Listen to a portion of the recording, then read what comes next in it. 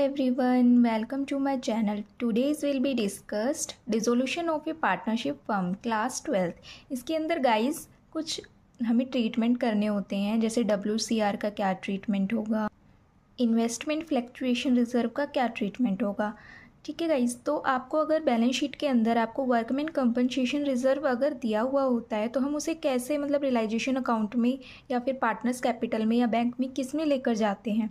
तो गाइस आज हम इसी को डिस्कस करने वाले हैं।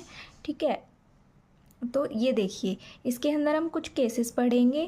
ठीक है, 4 केसेस है। केस 1, अगर केस 1 में आपको दिया हुआ है कि नो क्लेम और नो इन्फॉर्मेशन, अगर आपको वर्कमैन कंपनसेशन रिजर्व के बारे में नो क्लेम और नो इन्फॉर्मेशन दिया हुआ है कि कोई इन्फॉर्मेशन गिवन नहीं है। देखिए, इससे पहले आपको ये पता होना चाहिए कि वर्कमैन कंपनसेशन रिजर्व होता क्या है।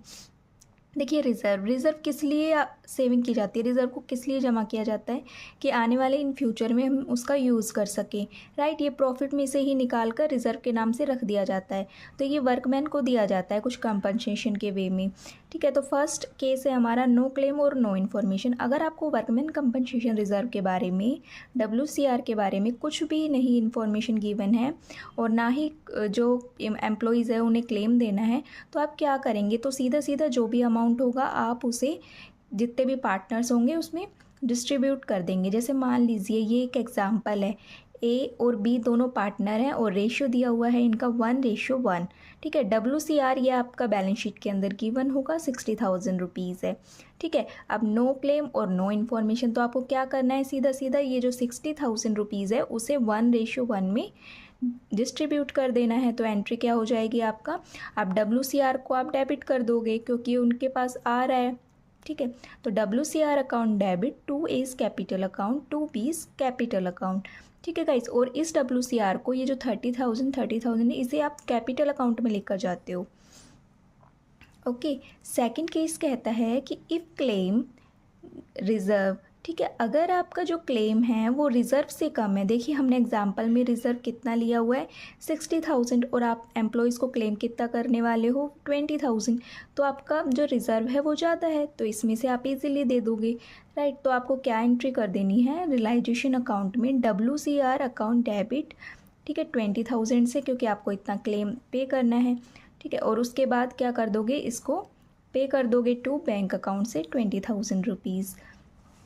तो एंट्री क्या हो जाएगी हमारी, WCR account debit to realisation account to partners capital account. ठीक है, 20,000 का आपका क्लेम था, उसे आप रियलाइजेशन अकाउंट में लेके गए।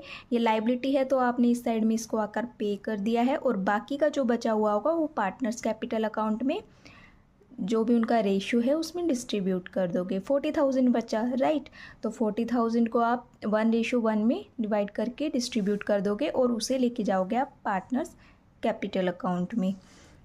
उसके बाद है case 3, if claim is equal to reserve. अगर आपका क्लेम भी और रिज़र्व दोनों इक्वल हैं, हमने रिज़र्व कितना लिया, कितना जमा किया हुआ था 60,000 रुपीज़, अब आपको एम्प्लॉयज़ को क्लेम कितना करना है 60,000, तो सेम है। तो क्या करोगे, इसे आप रियलाइजेशन अकाउंट में लेकर जाओगे, क्रेडिट साइड आप एंट्री कर दोगे by WCR workman compensation reserve account.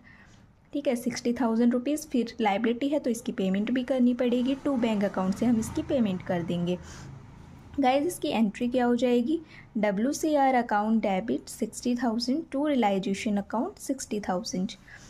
Okay, अब आता है आपका केस 4, इफ़ क्लेम रिज़र्व। ठीक है, अगर आपका जो क्लेम है, जो एम्प्लॉयज़ को क्लेम देना है वो आपके रिज़र्व से, WCR से ज़्यादा हो।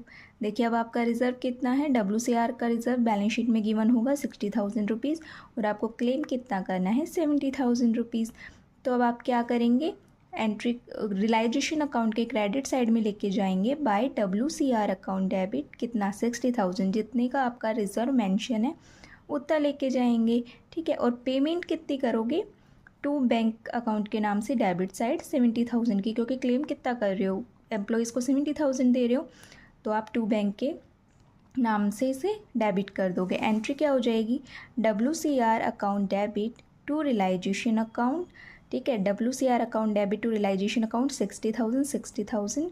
उसके बाद है पे किया है तो realisation account debit to bank account. ठीक है। आई होप गाइज आपको ये चारों केसेस समझ में आए होंगे। नेक्स्ट करेंगे हम इन्वेस्टमेंट फ्लक्चुएशन रिजर्व का ट्रीटमेंट। ठीक है गाइज, तो देखिए अब इसके आपको 2 केसेस दिए हुए होंगे। ठीक है, if investment is not given in assets, अगर आपको देखिए इन्वेस्टमेंट क्या होती है, हमारी एसेट्स होती है, और एसेट्स का क्या नेचर होता है, डेबिट। तो आपकी बैलेंस शीट ऐसे बनती है, राइट। तो इस साइड आपकी लाइबिलिटी होती है, इस साइड आपका क्रेडिट, लाइबिलिटी एसेट्स होती है और इधर लाइबिलिटी होती है। तो इन्वेस्टमेंट आपके एसेट्स में आती है। तो आपको 2 कंडीशन गिवन होगी। अगर आपको इन्वेस्टमेंट एसेट्स के अंदर गिवन नहीं है तो आप क्या एंट्री करेंगे, तो आप सीधा सीधा जो IFR है आपका इन्वेस्टमेंट फ्लक्चुएशन रिजर्व है, उसे आप ओनली डिस्ट्रीब्यूट कर देंगे जितने भी पार्टनर्स होंगे। ठीक है, अब मान लीजिए आपका बैलेंस शीट के अंदर आपकी लाइबिलिटी दी हुई है, IFR लाइबिलिटी होगी क्योंकि रिजर्व हमें पे करना है। 40,000 रुपीज़ का आपका IFR गिवन है लाइबिलिटी साइड। ठीक है, तो आप क्या एंट्री कर देंगे, IFR account debit 40,000 rupees to A's capital account to B's capital account. ठीक है, 2 पार्टनर्स थे तो ऐसे एंट्री कर देंगे। सेकंड आपका है कि if investment is given in assets, अगर आपके बैलेंस शीट में इन्वेस्टमेंट एसेट साइड में गिवन है तो आप क्या एंट्री करोगे, तो इसे नॉर्मली आपको क्या मानना है, लाइबिलिटी मानना है, और इसे रियलाइजेशन अकाउंट में लेके जाओगे तो पेमेंट कर देनी। ठीक है, तो क्या इसकी एंट्री हो जाएगी, investment fluctuation reserve account debit to realisation account. ठीक है, इसे आप सीधा, अगर ये इन्वेस्टमेंट आपको एसेट्स में दिया हुआ है, ठीक है, तो जो ये IFR होगा उसे सीधा सीधा लाइबिलिटी मानकर आपको क्या करना है, रियलाइजेशन अकाउंट में लेकर जाना है। अगर आपका इन्वेस्टमेंट गिवन नहीं है तो आपको इस IFR को, इन्वेस्टमेंट फ्लक्चुएशन रिजर्व को, पार्टनर्स में डिस्ट्रीब्यूट करना है। I hope you are clear. उसके बाद नेक्स्ट आता है हमारा रियलाइजेशन एक्सपेंसेस। देखिए गाइज, आपको एक्सपेंसेस दिए हुए होते हैं। ठीक है, तो अब आप उसको मतलब कैसे ट्रीट करते हो। तो अगर आपको रियलाइजेशन एक्सपेंसेस दिए हुए हैं, एडजस्टमेंट में गिवन होते हैं आई थिंक, तो इसको 2 पार्ट्स में देखिए। जो एक्सपेंसेस होंगे क्या तो वो फर्म के होंगे या फिर वो पार्टनर्स के होंगे। ठीक है, जो फर्म के होते हैं उसे रियलाइजेशन में लेके जाते हैं, और जो पार्टनर्स के होंगे उसे कैपिटल अकाउंट में लेके जाते हैं। ठीक है, अब ये देखना है कि हमें ये बोन किसने किया है, मीन्स खर्चा किसने किया है, फर्म का खर्चा है वो किसने किया है, और पार्टनर ने अगर कोई खर्चा किया है तो वो किसने किया है। मान लीजिए कि फर्म का खर्चा है, ठीक है, फर्म का खर्चा है और फर्म ही पे कर रही है, तो क्या एंट्री हो जाएगी, realisation account debit to bank account. ठीक है, तो आप इसको रियलाइजेशन अकाउंट में लेके जाएंगे। उसके बाद पेमेंट कर देंगे सीधी सीधी, क्योंकि फर्म का खर्चा था और फर्म ने पे कर दिया। अब देखिए फर्म का खर्चा है लेकिन वो पे कौन कर रहा है, पार्टनर पे कर रहा है।